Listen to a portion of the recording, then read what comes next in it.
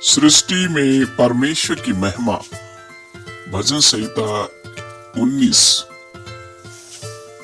आकाश परमेश्वर की महिमा का वर्णन कर रहा है और आकाश मंडल उसकी हस्तकला को प्रकट कर रहा है। दिन से दिन बातें करता है और रात को रात ज्ञान सिखाती है। ना तो कोई बोली और ना कोई भाषा जहां उनका शब्द सुनाई नहीं देता है। उनका स्वर सारी पृथ्वी पर गूंज गया है और उनके वचन जगत की छोर तक पहुंच गए हैं। उनमें उसने सूर्य के लिए एक मंडप खड़ा किया है जो दूल्हे के समान अपने महल से निकलता है। वह सूरवीर के समान अपनी दौड़ने में हर्षित होता है। वह आकाश के उस सिरे से निकलता है और वह उसके दूसरे सिरे तक चक्कर मारता है और उसकी गर्मी सबको पहुंचती है। परमेश्वर की व्यवस्था खरी है, वो प्राण को बहाल कर देती है। परमेश्वर के नियम विश्वास योग्य है, साधारण लोगों को बुद्धिमान बना देते हैं। परमेश्वर के उपदेश सिद्ध है, हृदय को आनंदित कर देते हैं। परमेश्वर की आज्ञा निर्मल है, आंखों में ज्योति ले आती है। परमेश्वर का भय पवित्र है, वह अनंत काल तक स्थिर रहता है।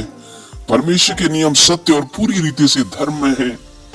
वे तो सोने से और बहुत कुंदन से भी बढ़कर मनोहर है।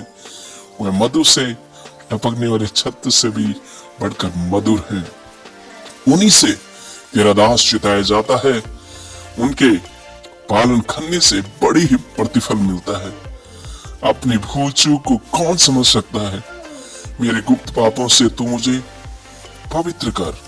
तू अपने दास की लिटाई के पापों से बचाए रख। वह मुझ पर प्रभुता करने न पाए, तब मैं सिद्ध हो जाऊंगा और बड़े अपराधों से बचा रहूंगा।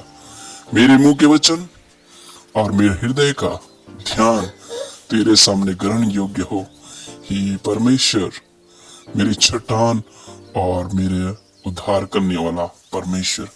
भजन संहिता 19। भजन संहिता 23। यह मेरा चरवा है, मुझे कुछ घटी ना होगी। वह मुझे हरी हरी चराई में बैठाता है।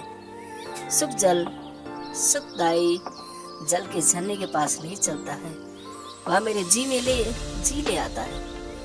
धर्म के मार्गों में वह अपने नाम के निमित्त मेरी अगुवाई करता है। चाहे मैं घोर अंधकार से भरी हुई तराई में होकर चलूं, तो भी हानि से न डरूंगा, क्योंकि तू मेरे साथ रहता है। तेरे सोंटे और तेरी लाठी से मुझे शांति मिलती है। तू मेरे सताने वालों के सामने मेरे लिए मेज बिछाता है। तूने मेरे सिर पर तेल मला है। मेरा कटोरा उमड़ रहा है। निश्चय भलाई और करुणा जीवन भर मेरे साथ साथ बनी रहेगी और मैं परमेश्वर के धाम में सर्वदा वास करूंगा।